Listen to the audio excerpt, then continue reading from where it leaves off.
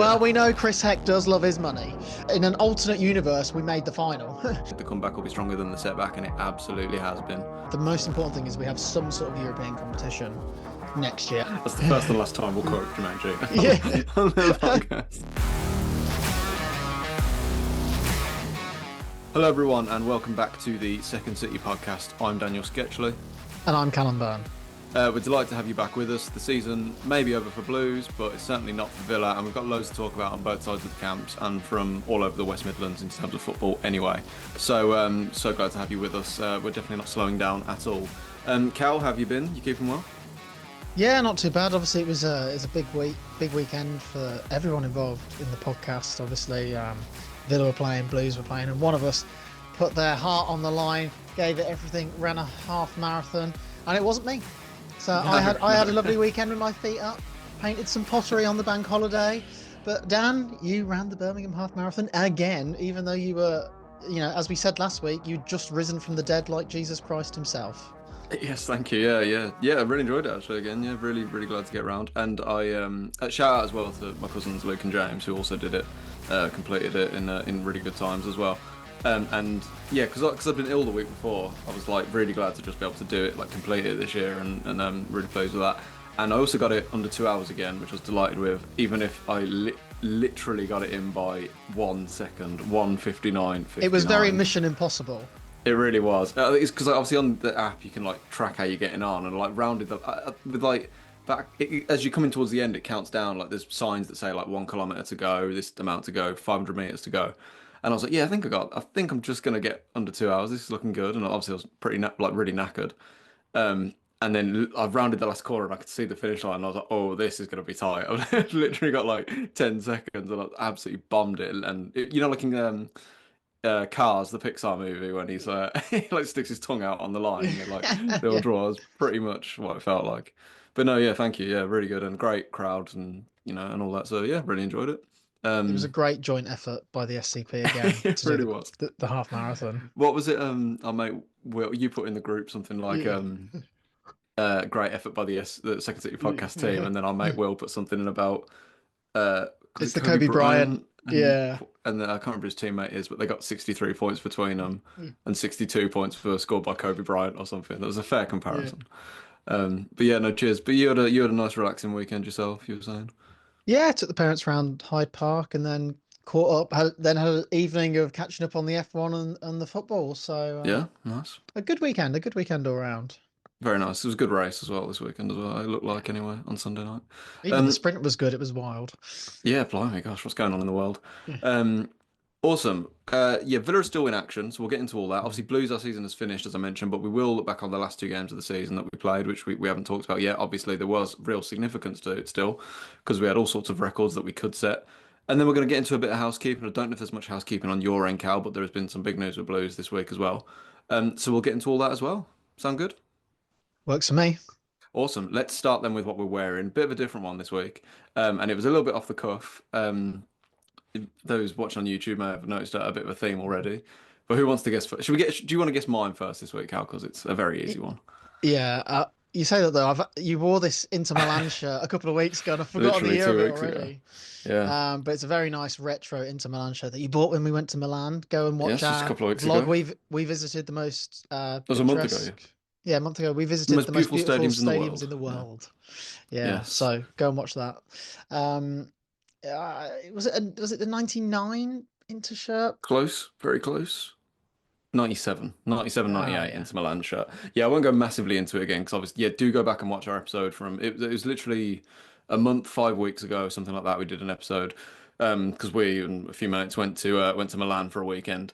97, 98 home is kind of prime R9, just burst onto the scene. Pirelli as the sponsor, the old badge, the 1 star above the badge, beautiful, absolutely beautiful. Why am I wearing it so soon after wearing it just the other week? Because I forgot to source a blue shirt. Again, a new blue shirt that I haven't worn before. So I could have worn a blue shirt that I've already worn, but obviously last night had the game to end all games in the Champions League semi-final at the San Siro. Inter Milan beat Barcelona. Barcelona. And you're wearing a Barcelona shirt, so it's a nice nice time to get it on because you just bought this shirt. You were saying, I did, yeah. I mentioned it. Was it? What is it? Last week I mentioned yeah. that I caught a cheeky bargain in a vintage store in Amsterdam, and this is it. Mm. 2014-15 Barcelona treble winning shirt. Do you remember how much? Do you want to have a guess at how much I bought this for? You did say. Classic football shirts, you're looking at around the £80 mark, probably with no printing and any printing. There is no printing on this, but printing onwards, you're looking into the hundreds. I think you said it was like the equivalent of 30 quid or something. It was pretty cheap from It what you're was saying. €25, Wow, blimey, not and bad at it's all. in top nick Mint medium, condition, yeah. mint condition. We checked it's real because you've got to Yeah. be careful with secondhand football shirts. And yeah, even the stitched La Liga badge, which would come with the shirt, and you forget that that was a thing, you know, up until relatively recently. Mostly because I think the Premier League shirts um had had felt printing when we were kids, so there was Yeah. no the stitching, never stitched badges other than the crest and the Nike logo weren't really a thing. So absolutely gorgeous kit. It's a shame it doesn't have the UNICEF sponsor. It is on the back. Um, Yeah, it's Qatar Airways underneath instead, isn't it? it is Qatar Airways instead, but an absolute gorgeous shirt. I remember as a kid I had a Barcelona shirt, and then obviously grew out of it, and I haven't had one since. And I don't know, I've always had a soft spot for Barcelona. I've always preferred them to Real Madrid. But yes, this was a treble winning shirt. They won La Liga, they won the Copa del Rey, and they won the Champions League, where they beat Juventus in the final. They won 3-1. Rakitic, Suarez, Neymar scored for them on the night. Morata got a bit of a consolation. Although I say consolation, it did make it 1-1. But it did go on to be a comfortable victory for Barcelona in that final in Berlin. Top goal scorer in the league. Do you want to have a guess, Dan? I mean, it's got to be Lionel, surely. Big Lionel Messi, surely. Lionel Messi scored 43 league goals, 58 in all competitions. An unreal amount of numbers. That might have been the year that in a calendar year is that the year Yeah, it was when like he scored 91 goals he or scored like something. almost 100 Yeah, goals in a calendar year. I'm pretty sure it was that time. This is peak Lionel Messi. yeah, Um, and Messi, Suarez, Neymar as the front three. I mean, yeah. I remember the final, the Champions League final. It wasn't a great game, but they were a great team, if you know what I mean. They were, it was it's slightly one-sided. I remember it felt more one-sided than the scoreline would suggest. But yeah. obviously, last night was Inter Barcelona, finished 7-6 on aggregate to Inter Milan. I didn't get to see the whole game. I came from work quite late, but I saw a good chunk of it. Just spectacular, absolutely spectacular. Yeah, I mean, it's what the Champions League's all about, isn't it? And Yeah, it would be nice yeah, as well, like having seen. Our mate Will not, who's an Arsenal fan, will not thank us for this. Um, because we're obviously recording this Arsenal PSG is tonight. It would be quite nice for us if Inter Milan went on to win it. I think we could say we saw the Champions League winning team in person, but absolutely spectacular. And we got a little hint of that San Siro atmosphere that people on TV probably got a glimpse of last night. But yeah, do go check out our vlog from a few weeks ago, which had a great time checking out the Inter Milan lifestyle and so on. and I do hope PSG win tonight. It'd probably be a better fight. It'd be a better final. We were just chatting about this before we came on. I do think there's more of like a cultural. If an English team is in the final, that the event of it is bigger in this country. But I think a PSG into final would be I a just good final. I just think the way Arteta sets up and they've got no striker that Yeah, against this Inter team it's going to be a forgettable final. Just yeah, send it and straight to penalties. Don't bother. we're long overdue a great Champions League final as well. I think it's fair to say it's been quite a while since we had a really good one.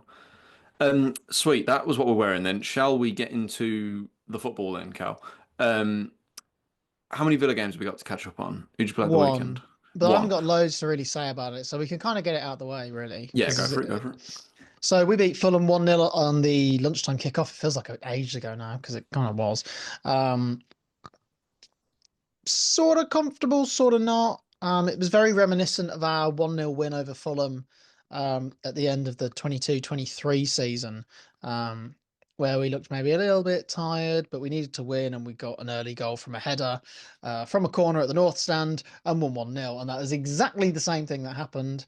We had chances to put the game to bed in the second half that we didn't take. Fulham had a goal disallowed through Ryan Sessegnon.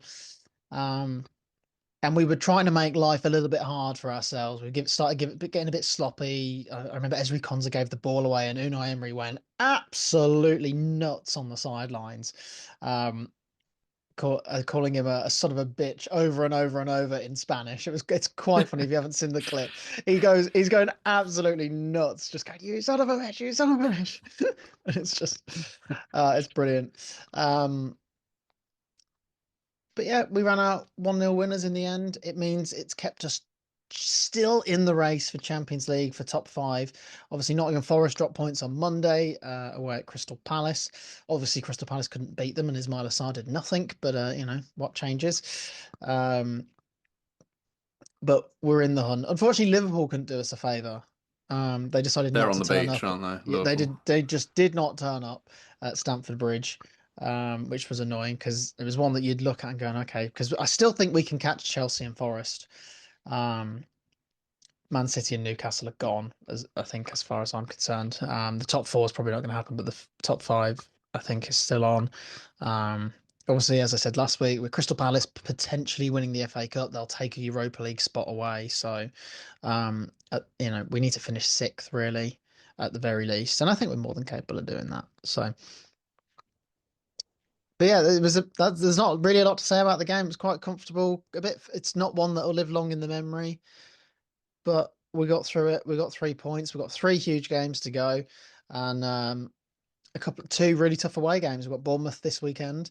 Then we'll get into the Spurs home fixture a bit later on, and then we've got Man United away on the last day of the season. And I know Man United are rubbish, and I know they'll be thinking about the Europa League final will have just happened, or will just be about It's to going to be happen. around then, yeah, and they're It's probably going going to to be be in it. around So them, and they are rubbish.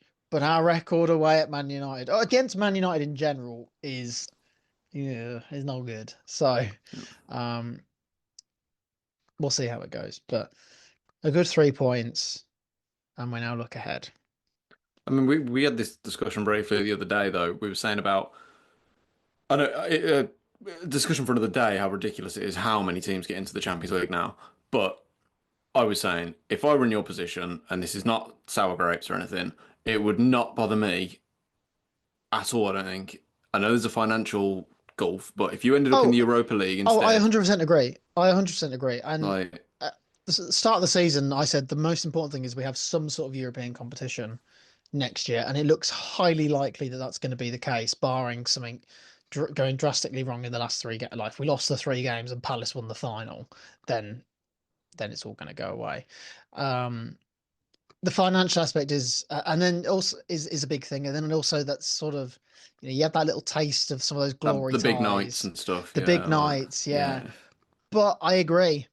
I agree. As part of me, I think it's like head versus heart. In my head, I'm thinking I quite want to be in the Europa League. Not because I think we'll win it, but I think we'll go quite far into it. I think if you offered us the Conference League, I'd be like, bring yeah. it on. Um, But even the Euro, like you look, I can't remember if we talked about it on here, but how poor the standard now that the Champions League's bigger, they've expanded and it there's so no much, drop and there's down. no drop down. You look at the standard of the Europa League this year; it is so poor. Like if it's a Man The United Spurs semi-final lineup final, is incredibly weak, really, but isn't it? it's probably going to be a Man United Spurs final, and that is kind of embarrassing. We always criticize the drop down thing, but it's kind of created another problem now not having it is that the standard is so low. If it pains me to say it, but if this Villa team was in the Europa League this year, you would walk it. Like I know you say your record against Man United is not very good, but I mean considering how poor they've been, that one of them and Spurs could finish like 17th, 16th, 17th, Yeah. which is unbelievable. Well, they are going to Um, finish either 15th, 16th, or 17th. yeah, That's not really going to change. It's just whether West Ham do anything in the last couple of games. yeah. Um, but yeah, it's a winnable competition that Unai Emery knows how to win. Mm. Um, I think I was watching the game last night, and it's like, oh man, if we'd have just not messed up in a few critical moments against PSG, we'd be playing Arsenal, looking and then maybe looking, oh my God, we could be playing Inter Milan in the Champions League final. It's just fine margins. Yeah. But no, my heart obviously wants the Champions League because there's just something so special about being in that competition, and I'd never seen us in that competition before, and um, and we held our own and we gave a really good account of ourselves. It's not like yeah, I don't know, just take Man United last year when they qualified for it. They finished bottom of their group, which had Copenhagen and Galatasaray in, and we didn't do that. We went and we very in an alternate universe we made the final. you know. Mm. um, but yeah, the Europa League is a winnable competition for this squad of players next year, but we'll just see where we end up. As long as we're in Europe, I'll be happy, to be honest. And it's been a great season regardless. Just one more thing on Man United. They might be in the Champions League next year without having qualified for Europe 2 years on the trot in through the league. Because Right. they're only in the Europa League because they won the FA Cup last Oh, year, of and course, they're yeah. only in the Europa League. Yeah, they're only in the Europa League this year because they won the FA Cup, and they might be in the Champions League because they're going to win the Europa League this year. I mean, Mad. I know Wenger of all people has been talking about it, but I always thought, yeah, like winning the Europa League, you should qualify for the Champions League because you're a Yeah, I agree. champion. But now it's like you can be really quite average and qualify. It's a consequence of the Champions League is so big now and there's so many teams in it that it hoovers up all the quality basically. Really, there's probably never been less of a need for three European competitions. You really only need Arguably two. not now in the old with the Yeah. old format. Then I agree, but It's slightly mad that the Conference League only launched a few years ago and then it only had a couple of years under the old format. Um, I think and the it, thing is I is don't that know. the Champions League format's been a huge success this year, and I'll argue with anyone who disagrees. Um, but obviously that sort of debates come in because Chelsea ended up in the Conference League when it's a competition that Chelsea typically would never be in. Yeah, It's they're going to make a bit of a mockery of that competition this year because really they should not be in that competition. Arguably they did qualify in the Europa League spots last year, but Man United winning the cup messed it up. But so you've got that. Oh, do we need that? And then obviously Spurs and Man United have just stumbled through um, the Europa League campaign. It could have been they'd have had mediocre. They've had really bad seasons. They could have had mediocre seasons, and everyone yeah, goes, I don't know. very true. Let's just say it was West Ham, for example, just because they're down there with them at the moment in Man United's position, everyone would be like, "Who cares about the league? Just go and win something." But then with these big six clubs, Yeah, the big narrative spenders. changes. Yeah, no, very true. Cool. Shall we move on to Blues then? Yeah, because you became EFL. You broke the record. You broke the EFL World record for world points. record holders, yes. I think the last game we would have talked about last week would have been the trophy lift game against Mansfield where we won 4-0. And it's really odd because that was our last home game and you almost forgot we had two more games after that. Like it kind of did feel like the season ended there in many ways. Maybe just because it was the last game I went to and so on. But we had two games and they did have stuff riding on them because we had this opportunity to go. We'd already broken the League One points record. We beat Wolves' record of 103 because we were on 105 after the Mansfield win. And if we could get past 106, that'd be the EFL record, like the all time, like the world in the world, like and that is nothing to be sniffed at. It's the only way you can answer like the humiliation of being relegated to League One. That's how you answer it. You come back Yeah, and yeah. you break every record under the sun. So we had Blackpool on the Wednesday night. Beat them 2-0, complete control, barely even got out of second gear, which is kind of the story of our season, really. Goals from Ethan Laird and Alfie May. Just an absolute walk in the park, can't complain at all. And then on the Saturday, we beat Cambridge away 2-1. We were made to work for it as well. We had a bit of a lucky, not lucky, but like the first goal was clearly meant to be a cross from Christoph Clara, and it ends up dipping in past the keeper. Cambridge pulled it back to 1-1, but then they then decided to just head one in their own net with a few minutes to go. The nice thing about that was that so it absolutely was not Jukovic's goal, but he was kind of put the pressure on and kind of He challenged he for it he at took the least. celebrations for it. He took the celebration, so we at least got that in his last game. We obviously talked about him last week. I think it's 359th, 358th game for Blues, 69 goals, 9 years, just an absolute club legend. And I'm so glad, I'm so glad he's got to go out on such a high. And I think I said this last week, like he's retiring, and I'm sad to see him go. He's been at Blues since I was like a teenage, at uni and a teenager, and he's been around for so long, like. But it kind of feels like the right time, and it's ending on such a high that I'm not really upset about it. Just it feels really good. So I'm delighted about that, and it means that we finished on 111 points. That is absolutely outrageous. That is a ridiculous record. Um, so That super might proud. not get beaten. We might never I see that get beaten. I don't think so. You can bear in mind Reading did 100, I know it was in the championship, but they did 106, and that was just unfathomable how high a point tally that was. I looked it up as well in terms of the when it used to be in the England at least when it used to be 2 points for a win, and I think off the top of my head I think it was something like Lincoln got like 76 or something. But if you scaled that up, it would still only be about 106 if it was in the 3 points for a win era. So an absolutely remarkable record. We won 34 out of 46 games, which is also a record. I think Doncaster held the record before that from I think it was like the 1940s or something. Unbeaten at home all season. So put this into context: 23 home games 23 home games in a season. We dropped at home this season 8 points. 8 points. We won 19 and drew 4. That is just like astonishing. That alone would probably have got us promoted. That's an absolutely Yeah, remarkable record.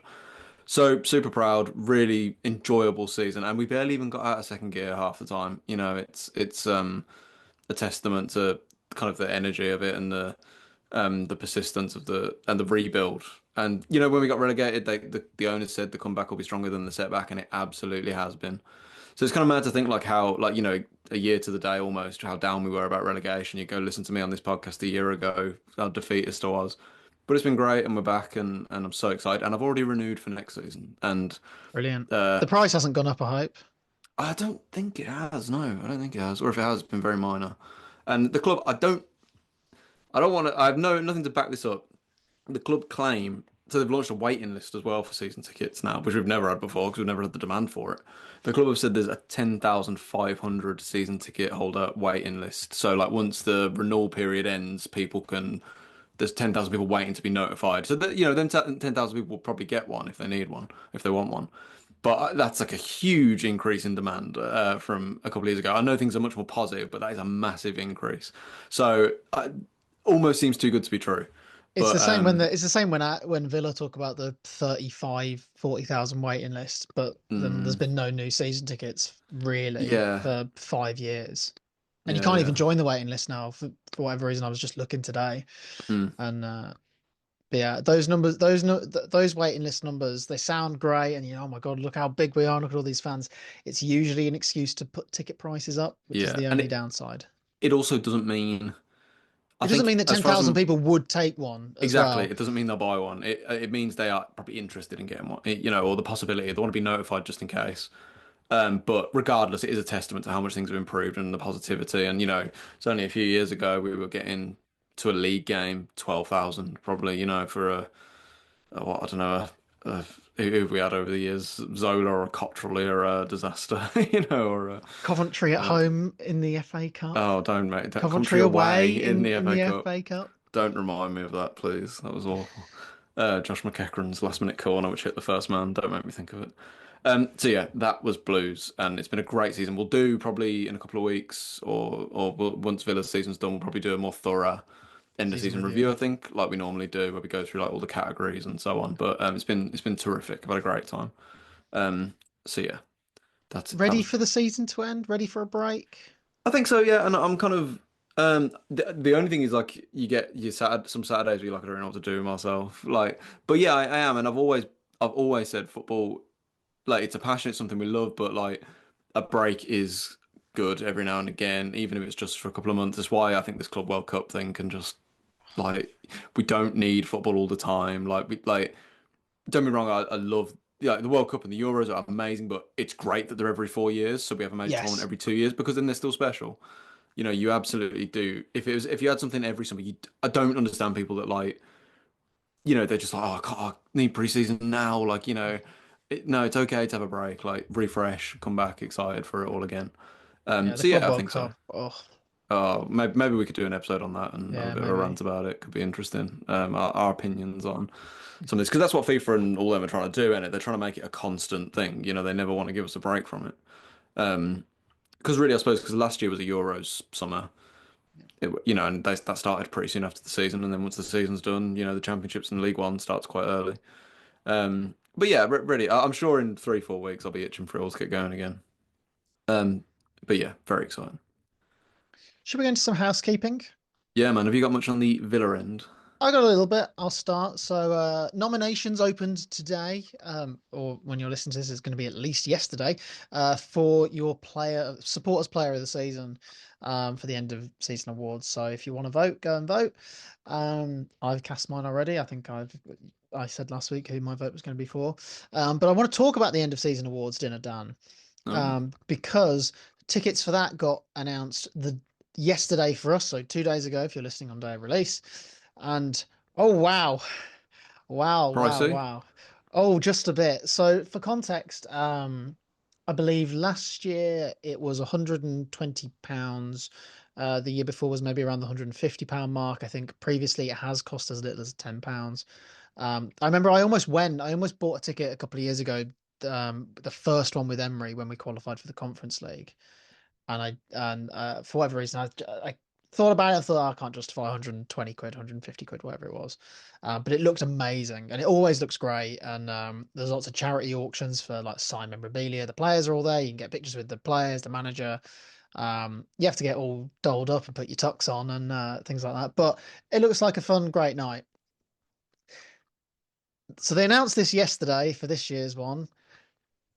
Do you want to know how much it's gone up to? I mean, it must be. I'll guess like 200, but it could be more. £474 Is that for just for like a a standard? Like, it's the only ticket available for a single seat on a random table. that's crazy. That's Crazy. just Yeah. who's gonna pay for that? Yeah, it's the kind of thing which, like, you mentioned, like, it could be fun and it wouldn't bother me. Like, it could be fun to, like, get all tucked up and go and enjoy it, but not. Like, Not for that. no, not even close. I'd do it for like 100. Like, Yeah, like maybe. I even Maybe. then, Like, even then at like the £120 mark, I was there Yeah, and going, and it's the kind of thing like us as just normal fans. Yeah, if I'd maybe that would be treating myself, then I'd have to yeah, like wind back for a week or two or whatever, and probably it's a nice parting gift no from Chris takeaways for a Heck. couple of weeks. Yeah, yeah. I don't know if I talked about Chris Heck last week because I I think don't the think you news did. that No, I don't think it'd been no, announced. so Yeah, yeah, that was quite big. So Chris Heck, he was the effectively the CEO, or the chairman, the guy, basically the guy who's running the club day to day, is leaving the club for personal reasons. Those personal reasons being he's taking a job at Live Golf in Saudi Arabia. Um, personal bank account reasons. yeah, well, Yeah. we know Chris Heck does love his money, Yes. as we have found quite badly this season. Look, you know. He's done some good things. He's done some bad things. It's it's always difficult. I think. Is it a good thing if you like your CEO? If you know what I mean. I don't know. The Yes. Adidas brand deal was 100% down to him, and we all loved that. Um, he's getting this concert venue being built. It is literally being built as we speak, which should be open next year. So we'll see how that goes. That could be quite interesting. We've obviously announced some big concerts that are coming to Villa Park. Kendrick Lamar, and there's the Black Sabbath Black Sabbath. reunion. Yes. And so there's things like that where I think he has done a good job. And while I'm not massive on the badge, the actual rebrand that has come with it is very cohesive, and we look like a proper football club again, or look like a proper brand in terms of everything is uniform, everything looks really nice, and things like that. But the ticket prices and the alienating of your traditional fans has been a big issue. And ultimately his job was to make money and to increase the revenue streams, and he has done that. But there's been a few unfavorable ways of doing that, really. So we'll see what happens. We obviously need a new CEO. Ben Hatton is still there, who's one of Chris Heck's mates, who also loves the coin, to quote Jermaine Genius. So, Oh um, God, that's the first and last time we'll quote Jermaine Jean yeah. on the podcast. um, but yeah, we'll see what happens there, and he's certainly memorable. I always felt like I always quite liked Christian Perslow. I know he made some big mistakes right at the end of his tenure. The terrace view being one, the Gerrard appointment was all him, and ultimately that's really what cost him his job. He paid a big price for that. Um, but he always seemed to kind of get the club and while there were ticket price rises and things like that, he was always, I don't know, he always seemed like he kind of understood the fans' point of view. I don't know. Yeah, We'll see. He'd be an interesting person to get on the pod. But it will be. Chris Heck, I know a lot of hardcore like away fans, season ticket holders, who have met him have not got good things to say. Interesting, very interesting. Yes, I suppose at the end of the day, you support the team, not your CEO, or the club, not the CEO. Cool. Shall we move on to some Blues housekeeping? Yeah, let's go for it. I Cool. heard Craig Gardner talking about some interesting things today. Oh, You know, is that to do with the academy stuff? I don't. Could well be. Could well be. I just saw a nice Okay. clip of him on Twitter of him saying we want to go to the Premier League and then we want to win it and then we want to win it again, and I it haven't seen this made me clip, laugh. but I like the It's very sound of it. funny. Cool. Let's tell you what, I'll get to that academy stuff that I just referenced in a moment. We'll start instead with the club's awards night. You mentioned Villa, got yours coming up. Blues, we had ours on. Obviously, our season's done now, so we had ours on Sunday. Sunday night, it was hosted by Kelly Summers, obviously. Kind of, I think she works for the BBC, doesn't she? Um, And and so Sky. they did it. Sky, sorry. She does a bit for the BBC as She's well. going to Thought it be was one of Sky. the match of the day hosts. Is she? Sorry, no, No, it's Mark ignore me. Chapman. Sorry, You're thinking of I've got Kelly Kelly Cates. K8. Yeah, yeah. Sorry, Kelly Summers is Kelly BBC. Summers Yeah, works for the BBC. yeah. I was right the They're all first time. freelance. They're all freelance. They're all freelance, that's true. Anyway, Blues, yeah, we had our 24-25 end of season awards on Sunday night. And I've heard about Blues doing these end of season awards every season. This is the first time I've heard of us doing one, and I'm like, oh yeah, like that could actually be decent to go to because we actually had a somewhat good season. Like we did it last year, and I think it was the day after we got relegated. I just can't imagine going to these end of season awards or the players having to be there after such a lack of success. But this year was a completely different story. Kind of the big main headlines: Christoph Clara obviously was a centre back we signed in the summer. It's kind of been the on-field captain for a lot of the season, whilst Bielik's not been playing. He won the supporters men's player of the season and the players player of the season. So that's a pretty definitive victory for him and fully deserved. He's been absolutely magnificent. And this got me thinking as well. Christoph Clara is like one of the definitive, bit of a tangent here, but I don't know if anyone gets this. Uh, like you know how you always assume footballers are older than you.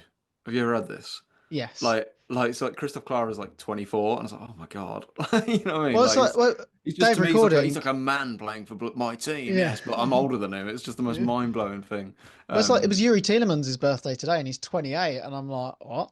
yeah, same age, yeah, crazy. But anyway, that's a bit of a tangent. But yeah, he's fully deserving of that. Jay Stansfield won the Men's Young Player of the Year award and the Top Goal Scorer award. I know a lot has been made about how a lot of his goals were penalties, but he's been great this season. And bear in mind, he has played on the wing a lot, and he's going to be our number nine next year, surely. And he's fully deserving of that. We'll get onto the women's team in a bit more detail in a minute, but they obviously had a few awards as well. The women's top goal scorer prize was secured by Simone McGill. She scored 7 times for Blues women this year. She also won the women's players player of the season, and then Neve Heron won the supporters player of the year award and the young player of the year award. She's a defender for Blues women.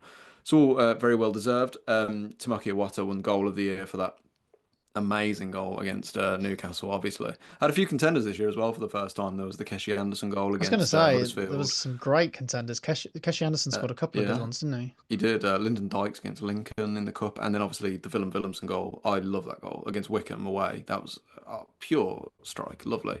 But obviously a watter against Newcastle was iconic. I think that's going to be viewed for a long time to come. But we'll do our own little awards and kind of moments of the season, as I say, in a few weeks. But talked a little bit there about Blues women. Just going to talk about them. So on Sunday they had a huge game against London City Lionesses in the Women's Championship. It was the last game at St Andrews, and it was literally first v second, and it was basically winner goes up. Basically, it's only the top team in the WSL Championship. The WSL Championship that goes up. Only disadvantage that Blues had really going into it was that they were starting second, so a draw wouldn't have been enough. A draw would have sent London City Lionesses up, and that's exactly what happened, sadly. They did well. They actually went 2 0 It's an down. amazing story though because it's an independent team in the WSL next year, which is Yeah.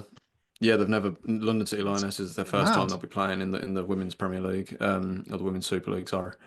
Yeah, so it was unfortunate. Obviously, Blues women under Amy Merricks have done have done really well this season, and obviously Hope Powell, who used to be the England women's manager, is now heavily involved with Blues women. So I think you can see a lot of good things happening there. To be 2-0 down, it was 0 at half time, went 2-0 down, they pulled it back to 2-2 and just couldn't quite get over the line. I like how the club made a big deal, rightfully made a big deal of it. Like Tom Brady even did a video kind of promoting it. They're trying to get the crowds in, and I think they reckon they sold about 7,000 tickets, which is really good.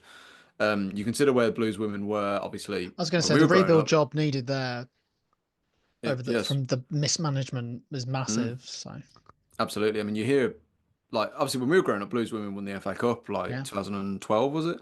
Like the Karen Carney generation and so on. And then there was a lot of stuff that came out only a couple of years ago about how like the facilities at West Hills and it was all just a complete disaster and how mistreated it had been and how relegation was just, it was unthinkable years ago, but it did happen. So they've just missed out on it this year, but I think the future's very bright. They'll be one of the favourites to go up next year. Um, it's been obviously I mentioned there about some of the players awards, and they've actually had four players nominated for the Women's Championships Player of the Season awards. So Lucy Quinn, Ellie Mason, Shannon Cook, Simone McGill, all up for like league level awards, and rightfully so because they've been terrific. So good luck to them next year. I think the future's very bright. They've got a young, talented manager in Amy Merricks, building on the work that Darren Carter did beforehand. So exciting times ahead. Shame this year, but promising times. And then that just takes me on a bit of a segue through to the academy thing. So I mentioned there about how apparently how poor some of the facilities were for the women's team, and they're apparently having to like share with like some of the other teams, and it just weren't the infrastructure was just not there at all.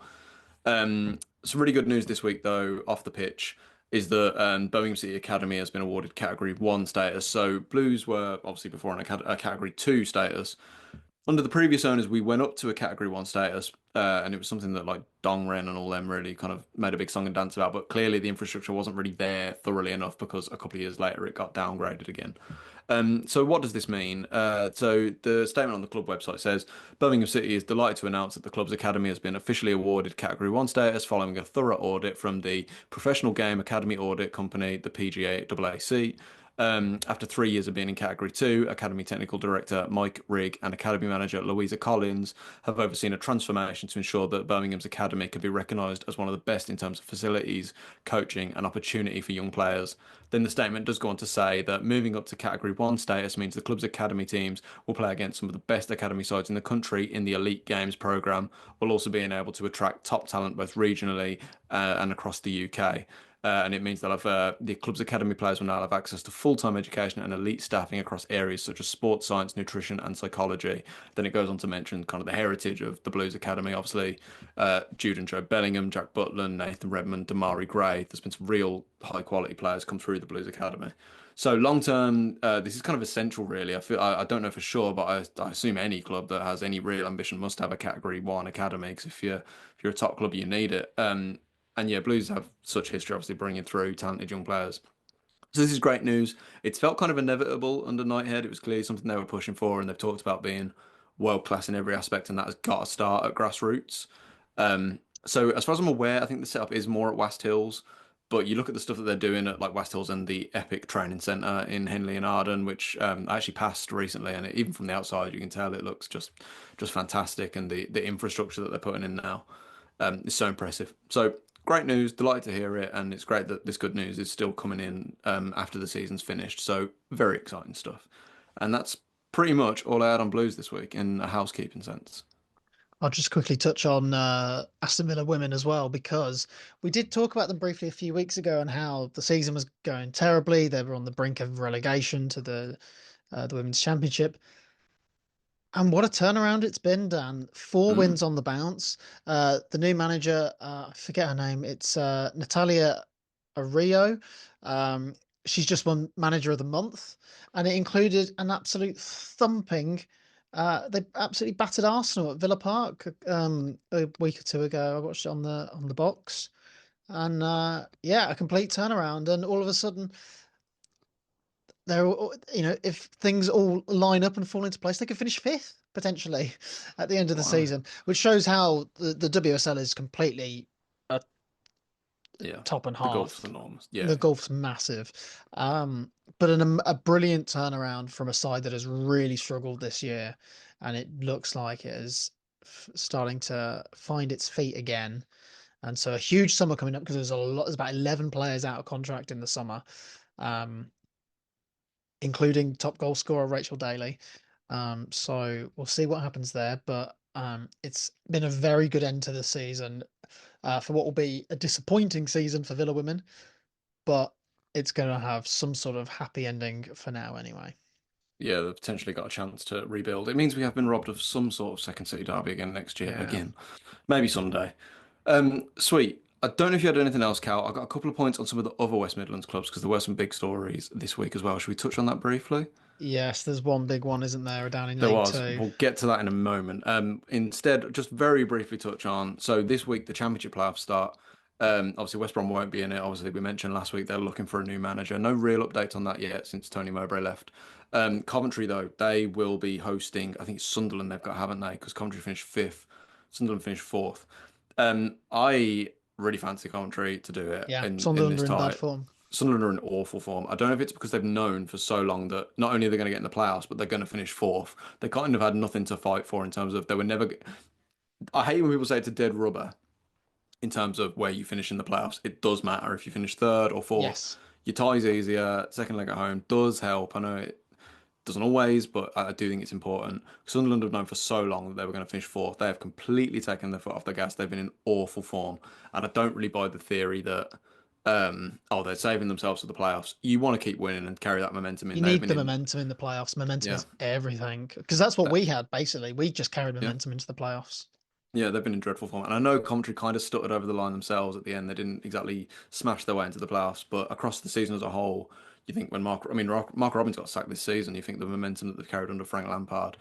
So even though they've got their first leg at home, which is a slight disadvantage, despite no away goals these days, I actually really fancy them to at least get to the final. I think it'll probably be a Coventry Sheffield United final, and that'd be pretty cool. It'd be and in that scenario, I don't know. Sheffield United have been in the Premier League a lot the last few years.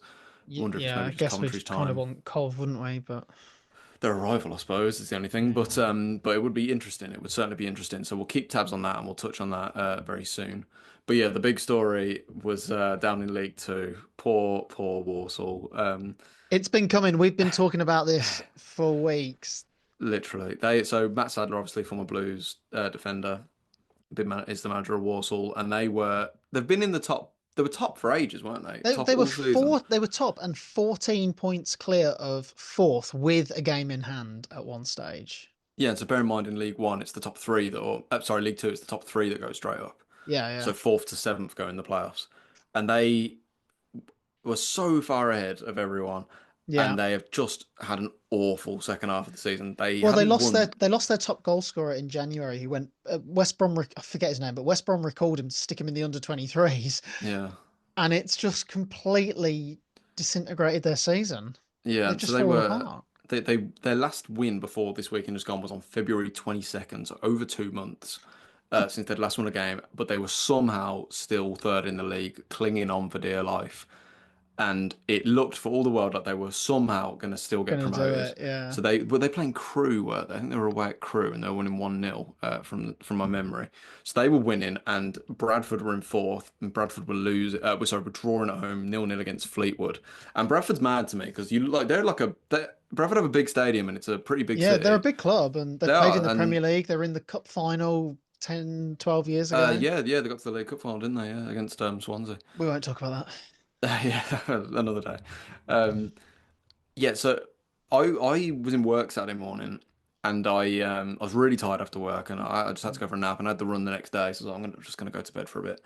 And then I woke up and I was like, right, I'm gonna stick the end of the Blues game on WM and just, obviously catch the end of the season and so on. Caught that and then the Walsall game was still being played after the Blues game finished. So they were like, Blues game's done. We're just going to throw over to our Walsall commentators and just catch the end of the game. And through to the Walsall commentators, and they were winning, and Bradford were drawing, so it meant that Walsall were going up, and they just needed everything to stay as it was. And hearing the deflation in the commentator's voice, it was almost as soon as it cut to them, the news came through that Bradford had scored. And I don't know if you've seen the Bradford I goal, have Cal. seen the It goal, is yeah. the shittest, It's luckiest so jammy, goal isn't it? and that somehow makes it kind of better. Like it's just right in front of their Yeah. home fans. Like takes a wicked deflection, just completely takes the keeper off his guard, and it means that Bradford finished third, Walsall drop into fourth for the first time in months and months and months, and it means they'll be playing Chesterfield in the playoffs. I know they finished third. I was just mentioning it gives them a bit of an advantage playing a team that finished in terms of points quite a way behind them, second leg at home. But I do not know how you pick yourselves up from that. And on form, Chesterfield are going especially into it with in the better form. form. Yeah. Yeah, So I really feel for them, and I don't think it's their year. don't I really fancy don't. him. No. No, I feel really sorry for them. I feel sorry for Matt Sadler. I think Walsall fans have had a rough few years and so on. You know, like they always seem to be like the bridesmaid, never the bride. But I don't think this is their year. It's just not. 2025 has not been kind to them at all. No. Um, who knows? We could be wrong, and we'll when the results are in, or the semi final, or maybe the final. Their one upside is motivation to go to Wembley, something to look forward to, I guess. But if they can get there, but I don't fancy their chances at all, sadly. So that's the Midlands anyway. So that's pretty much everything I had on my end, Cal. Did you want to? Who have Villa got next? Should we touch on that briefly? We've got Bournemouth on Saturday. I think we're the 5:30 kickoff. We've only won there once in the Premier League era. That was in I remember. 2015-16 Yeah. when Didn't Rudy end well. Gestede Yeah. scored and we won 1-0 on the opening day. We won't talk about the rest of that season and how many away games we didn't win after that. A very tough game. A very, very tough game. We've got 3 tough games to end the year. I know we've got to play Man United and Spurs, but um, that Spurs game's been moved to accommodate them in the Europa League final for some reason. I do not know because nobody else has been given dispensation for European games London before. bias, definitely a bit of London bias There's there, I think. some Yeah. there's the thing is though you've just opened Pandora's box when Yeah. teams are in the Champions League quarterfinals, semi-finals next year, and you go, well, I don't want to play that game. Mm. They can't say no anymore. So, and Absolutely. it's for them being potentially in the Europa League final. Bomo Glint could knock them out in tomorrow, Yeah. and then what? Yeah, they should have So, at least waited. They should have. I know it's getting tight, but but the we'll game's in know. 10 days, so True. Yeah. True.